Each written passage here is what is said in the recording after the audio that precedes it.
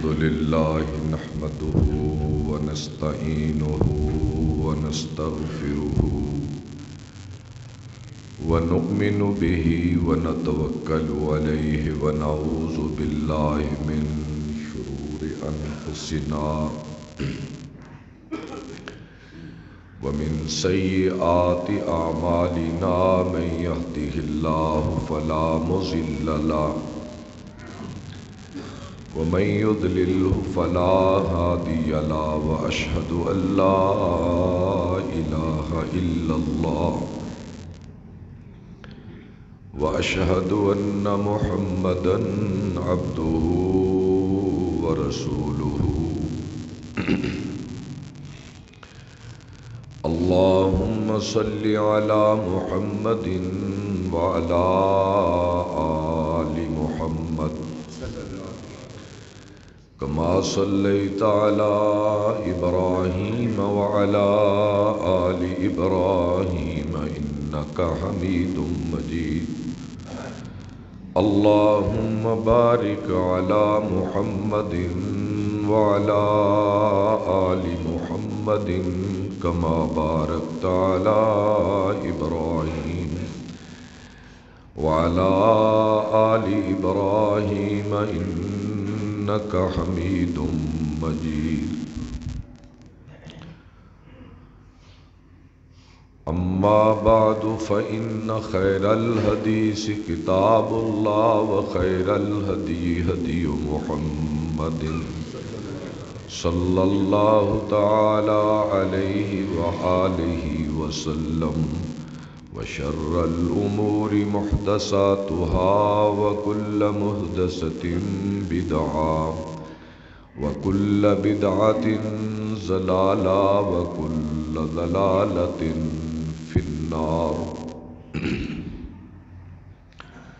وأما من خاف مقام ربه ونهى النفس عن الهوى فإن الجنة هي المأوى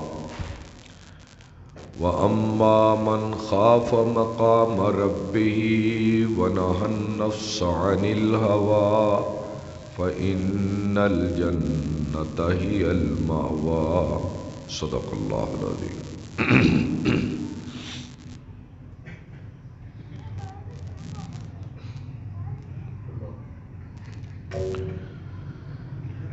جو شخص اللہ کی طاقت سے ڈر گیا اور اپنے نفس کو اس نے خواہشات کی پیروی سے روک لیا فَإِنَّ الْجَنَّةَ هِيَ الْمَأْوَى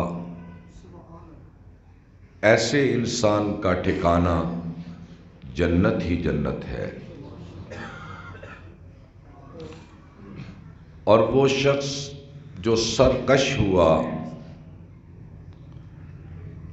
وَآثَرَ الْحَيَاةَ الدُّنْيَا اور دنیا کی زندگی کے ہی پیچھے لگ گیا فَإِنَّ الْجَحِيمَ هِيَ الْمَأْوَى دوزخ ایسے ہی شخص کا ٹھکانہ ہے خدائے بزرگ و برتر کی بے پناہ حمد و ثنا اور سرور کونین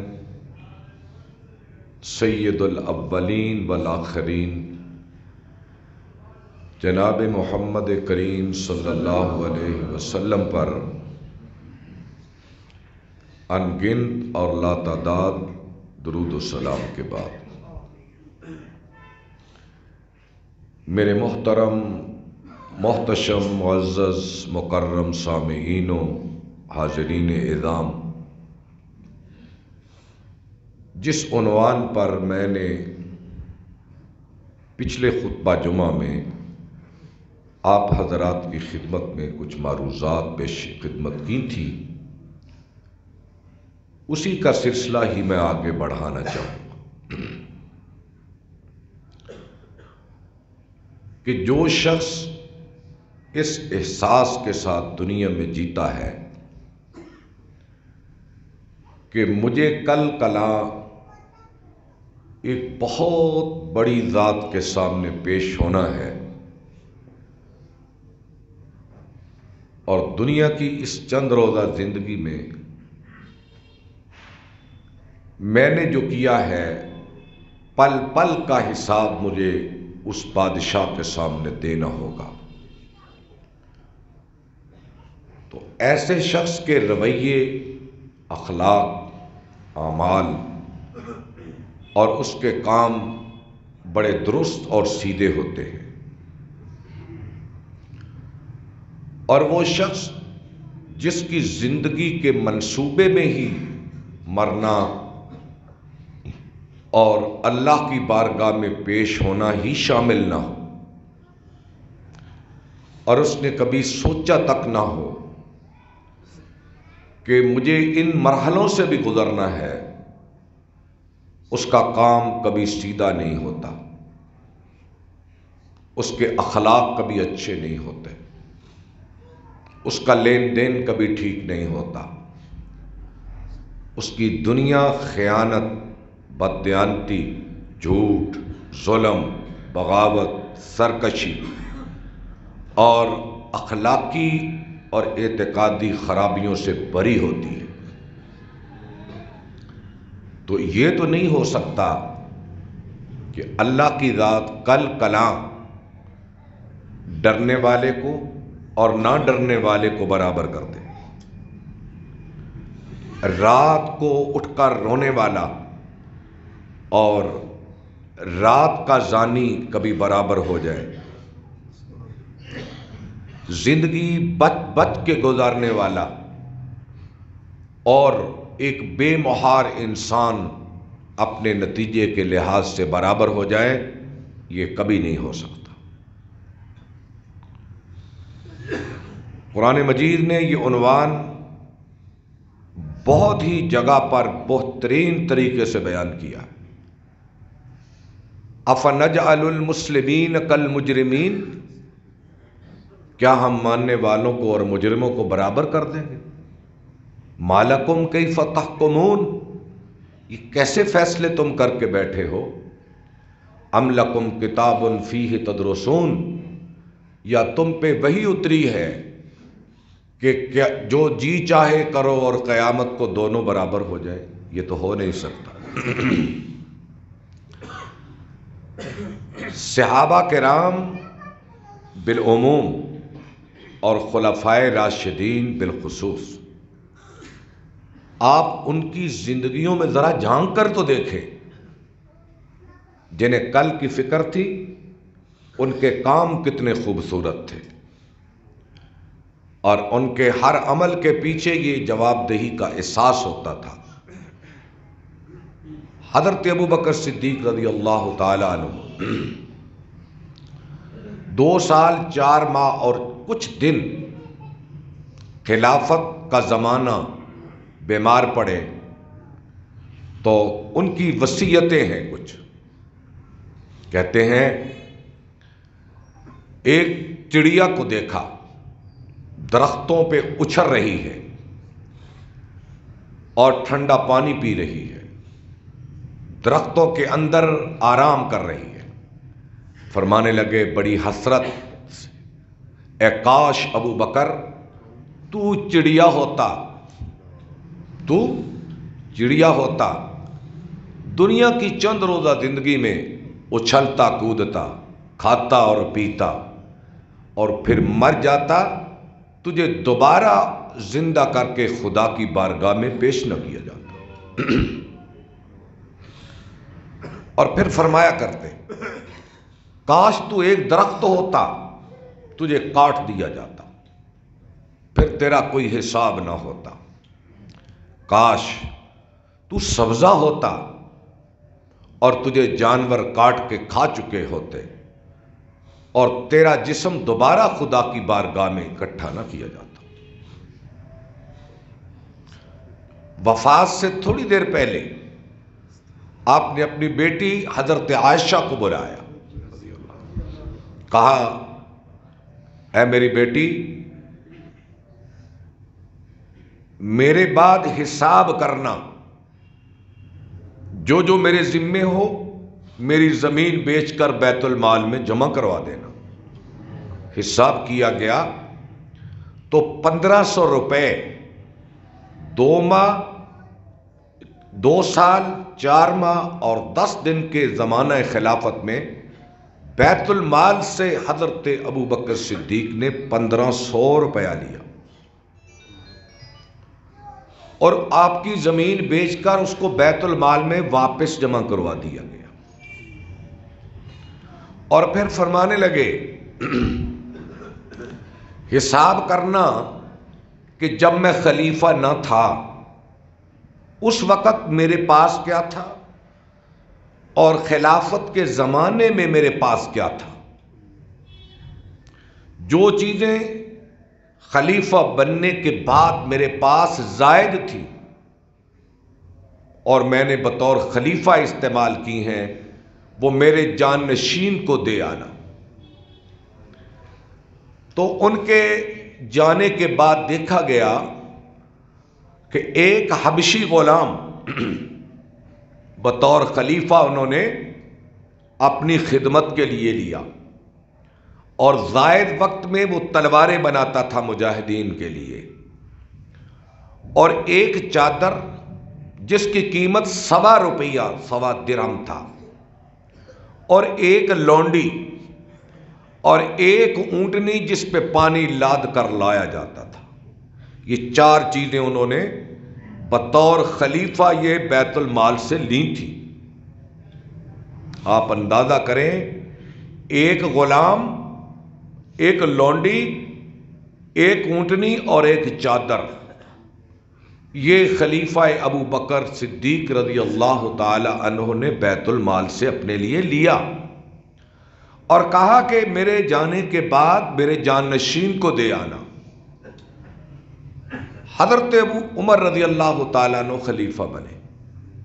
ان کے پاس جب یہ 4 چیزیں پہنچائی گئیں، غلام، لونڈی، اونٹنی اور ایک چادر، دیکھ کر رونے لگے، اتنا روئے اور فرمانے لگے، اے ابو بکر، تو نے اپنے جانشینوں کا قافیہ کتنا تنگ کر دیا کہ ہم یہ دیکھ کر جئیں کہ ابو بکر نے خلیفے کے طور پر یہ لیا تھا اور اب ہم کیا کریں۔ اور حضرت عمر رضی اللہ تعالی عنہ کی زندگی بطور خلیفہ تو بہت بڑا نمونہ ہے۔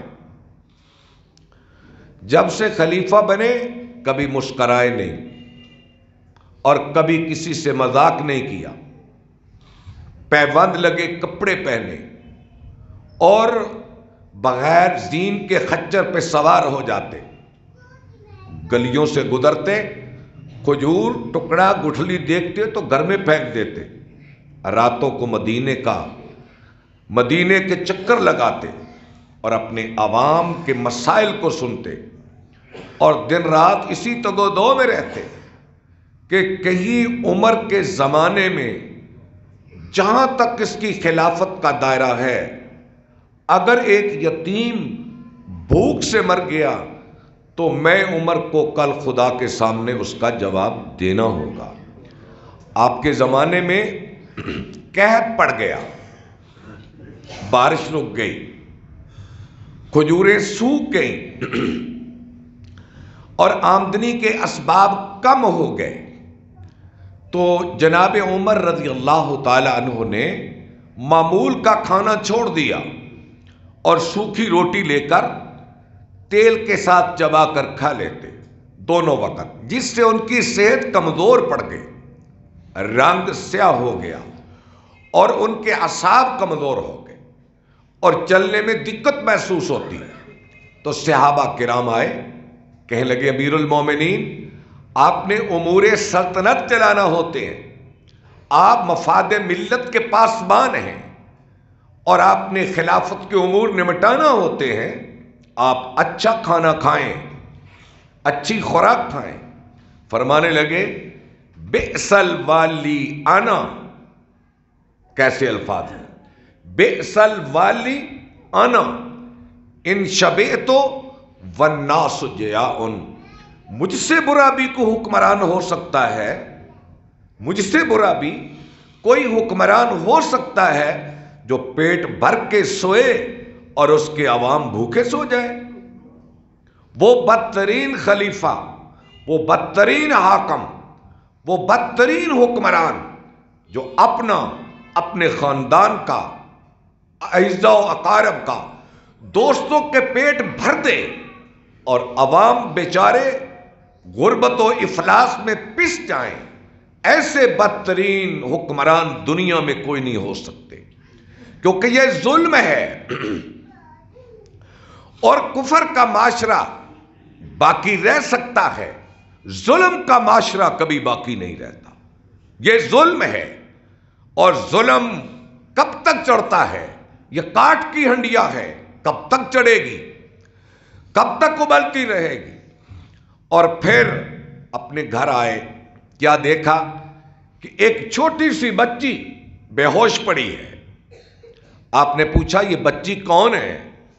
آپ کے بیٹے عبداللہ اٹھے، عبداللہ بن عمر رضی اللہ عنہ، کہنے لگے یا حضرت یہ میری بیٹی ہے، امور سلطنت میں اتنے مصروف کہ اپنی پوتی کو بھی پہچان نہ سکے،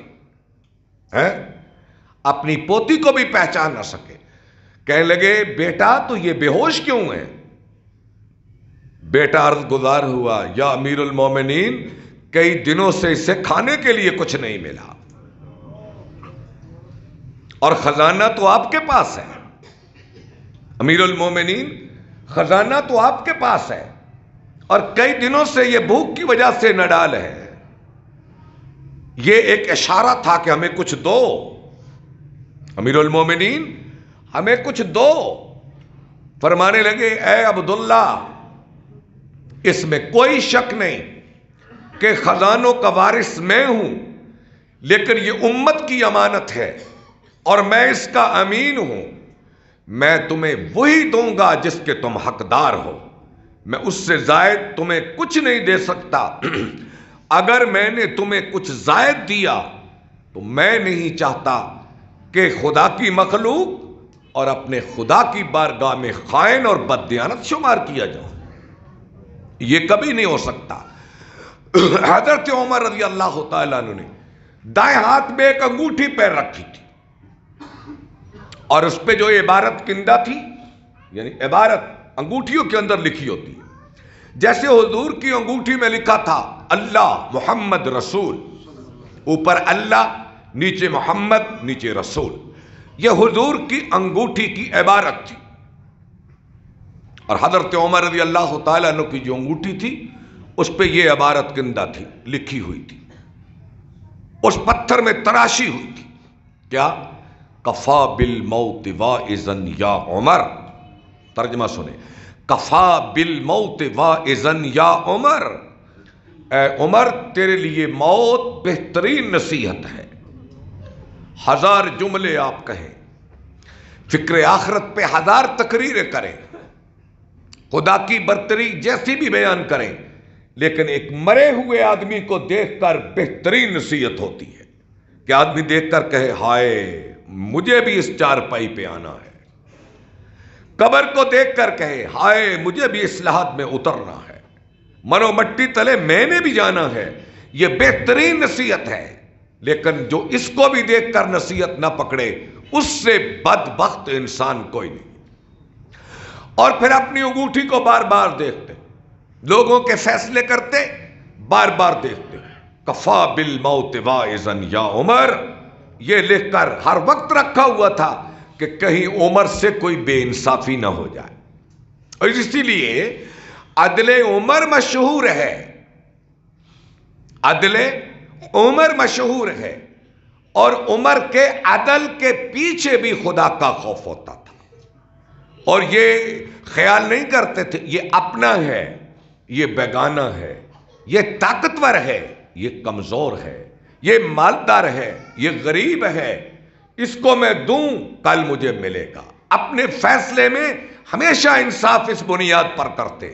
عمر بن عاص رضی اللہ عنہ یہ مصر کے گورنر تھے، اور وہاں ان کا بیٹا تھا، ایک مصری اور ایک عمر بن عاص کے بیٹے کے درمیان گھوڑ دوڑ ہوئی، گھوڑ دوڑ، گھوڑے دوڑائے تو مصری کا گھوڑا آگے نکل گیا اور عمرو بن عاص کے بیٹے نے اپنی توہین سمجھی کہ میں گورنر کا بیٹا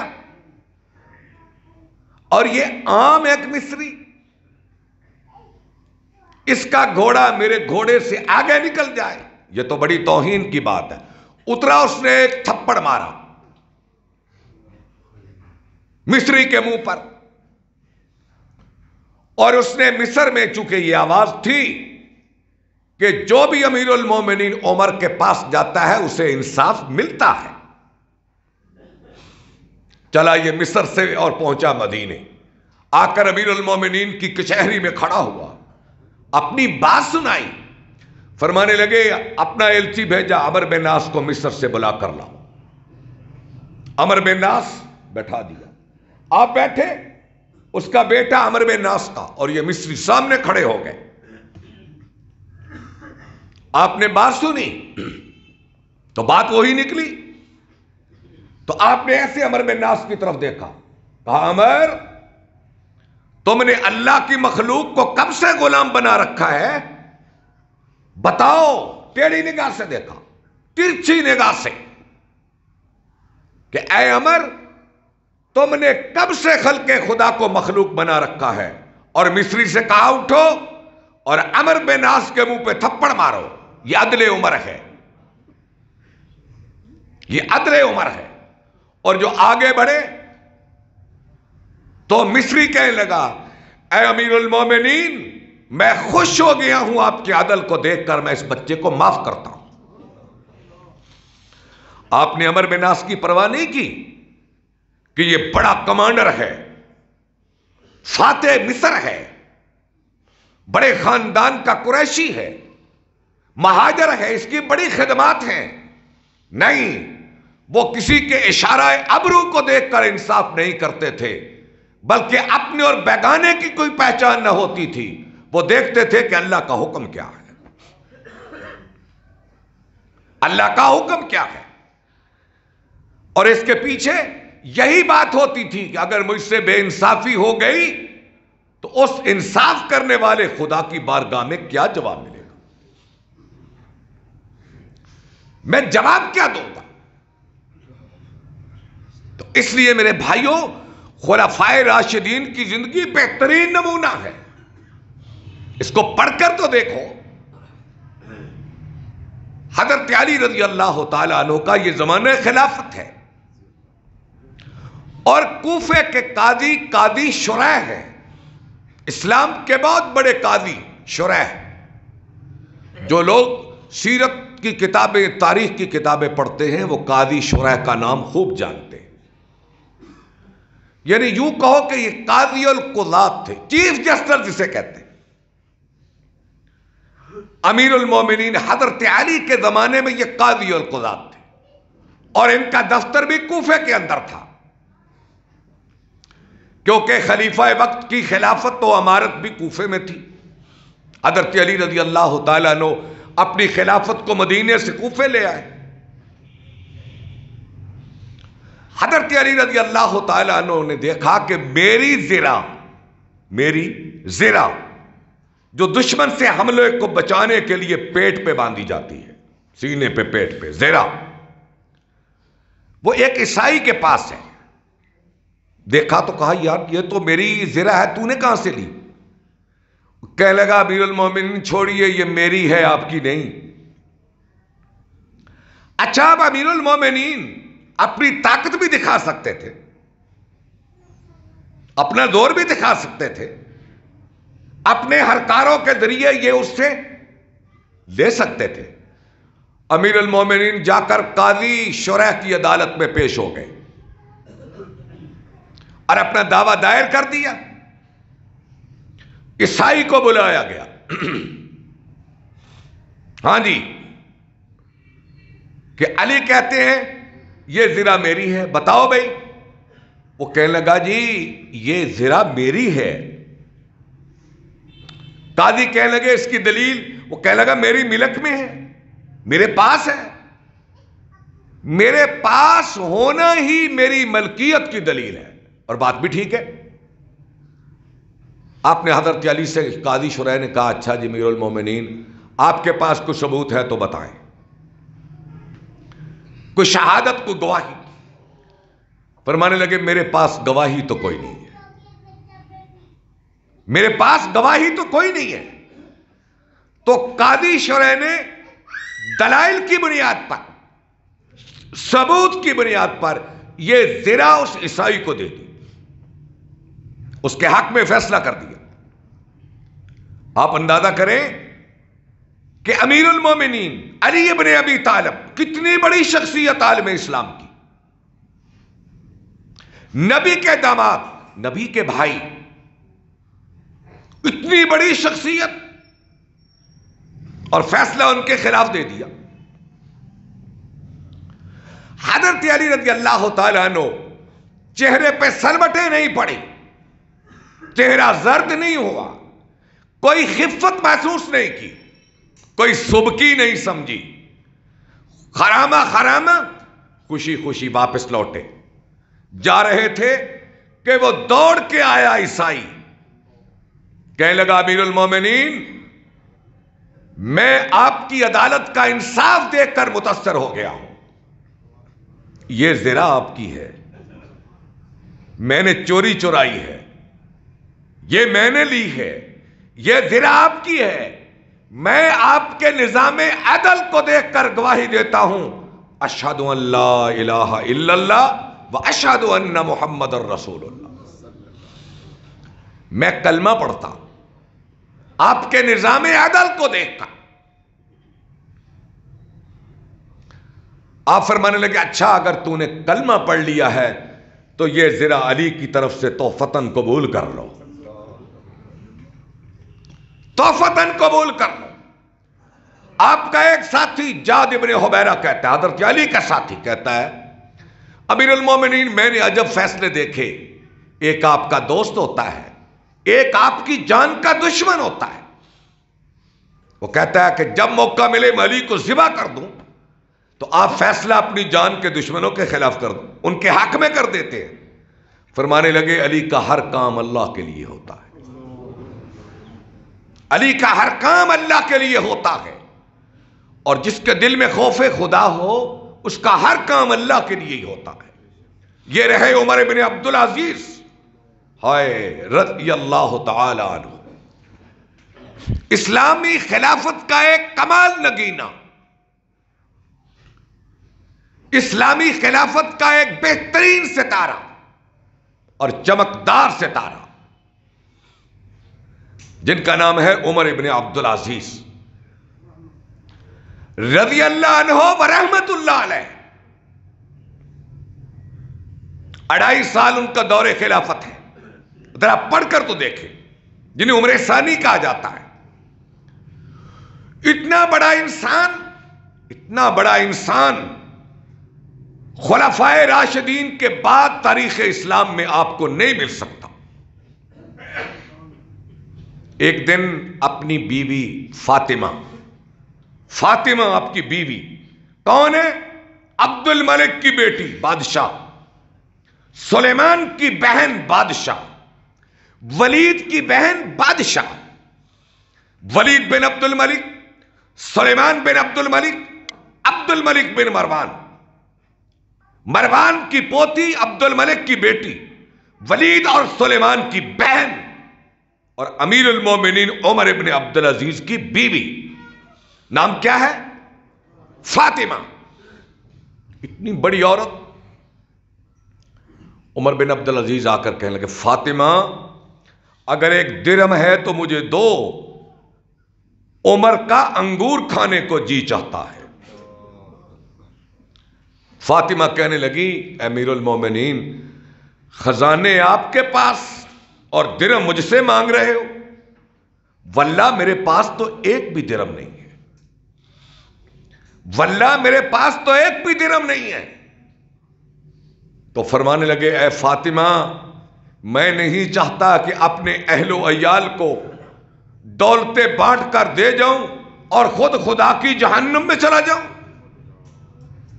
تمہیں اسی طرح زندگی گزارنا پڑے گی. اسی طرح زندگی گزارنا پڑے گی. یہی فاطمہ بی بی کہتی ہیں. نماز عشاء کے بعد مصلی پہ بیٹھ جاتے اور اتحیات کی شکل میں بیٹھے رہتے اور سر جھکا لیتے. میں سمجھتی کہ سو گئے ہیں. 1 گھنٹے کے بعد پھر سر اٹھاتے اور رونے لگتے. روتے روتے فجر کی اذان آ جاتی اور دعا کیا کرتے تھے؟ حضرت فاطمہ کہتی دعا کرتے، اے میرے اللہ، اے میرے اللہ، عمر میں خوبی نہیں ہے کہ تیری رحمت کا مستحق ہو جائے. عمر میں خوبی نہیں ہے کہ یہ تیری رحمت کا مستحق ہو جائے، لیکن یا اللہ میں امید کرتا ہوں تیری رحمت کا دامن اتنا وسیع ہے کہ شاید عمر بھی اس کے نیچے جا جائے، شاید عمر بھی اس کے نیچے آ جائے. اتنی زندگی تنگ ہو گئی تھی خدا کے خوف سے. جب بیمار پڑے تو بنی امیہ کے لوگ آئے اور کہنے لگے، فاطمہ، عمر کی قمیص بڑی گندی ہے، کرتا یہ تو بدل دو. حضرت فاطمہ خاموش ہو گئی. انہوں نے کوسا بنی امیہ کے افراد نے، بدل دو بدل دو. فرمانے لگے، بدلوں کیسے، قمیص ہی ایک تھی، کرتا ہی ایک تھا ان کا. اور بنی امیہ نے ان کے انصاف سے تنگ آ کر، ان کے تقوی سے تنگ آ کر، ان کے عدل سے تنگ آ کر ایک غلام کو پیسے دے کر انہیں زہر کھلا دیا. خبر ہوئی تو بلایا اس غلام کو، بھائی یہ کام تو نے کس کے کہنے پہ کیا؟ کہنے لگا، جی آپ کے عزیز و اقارب کے کہنے پر کیا. وہ کیوں بھائی؟ وہ کہتے تھے کہ عمر ہمیں عیاشیاں نہیں کرنے دیتا، عمر ہمیں پہلے خلفاء کی طرف ترے خزانے ہم پہ نہیں لوٹاتا. فرمان لگے، کوئی نہیں، اس کا حساب تو قیامت کو ہوگا. اور وہ پیسے لیے غلام سے، بیت المال میں جمع کروا دیے اور فرمانے لگے، جاؤ غلام، میں نے تمہیں اللہ کے لیے آزاد کیا، چلے جاؤ، اللہ کے لیے چلے جاؤ. اور جب فوت ہونے لگے تو ان کے 12 بیٹے تھے، مختلف بیویوں سے 12 بیٹے. اور فرمانے لگے، حساب کرو میری دولت کا، میرے ورثے کا، میرے ترکے کا. حساب کیا گیا تو ہر بیٹے کے لیے 2 روپے آئے. کتنے؟ 2 درہم آئے. اور یہ کون خلیفہ ہے جو مشرق و مغرب پہ حکومت کرتا ہے؟ 2 روپے آئے. اور بنی امیہ کا ایک حاکم جس کا نام ہشام بن عبد الملک تھا، جب وہ مرا تو اس کے ایک بیٹے کو 10 لاکھ دینار آئے. ذرا حساب کرنا. ہشام ایک روایتی خلیفہ بنی امیہ کا، ولید کی طرح، سلیمان کی طرح، عبد الملک کی طرح. اور عمر بن عبد العزیز کے بیٹے کو کتنے پیسے آئے؟ 2 روپے. اور اس کو لاکھوں دینار آئے. اور ابو الحسن علی ندوی لکھتے ہیں تاریخ تبری کے حوالے سے کہ ابھی 30 سال نہ گزرے تھے، 30 سال نہ گزرے تھے کہ عمر بن عبد العزیز کا ایک بیٹا 500 گھوڑے اللہ کی راہ میں دیتا تھا. اور تاریخ اور مورخ کے قلم نے لکھا اور لوگوں نے اپنی آنکھوں سے دیکھا کہ ہشام کے بیٹے دمشق کی گلیوں میں مانگ رہے تھے، فقیروں کی طرح، گداگروں کی طرح ہاتھ پھیلا کر لوگوں سے پیسے مانگ رہے تھے.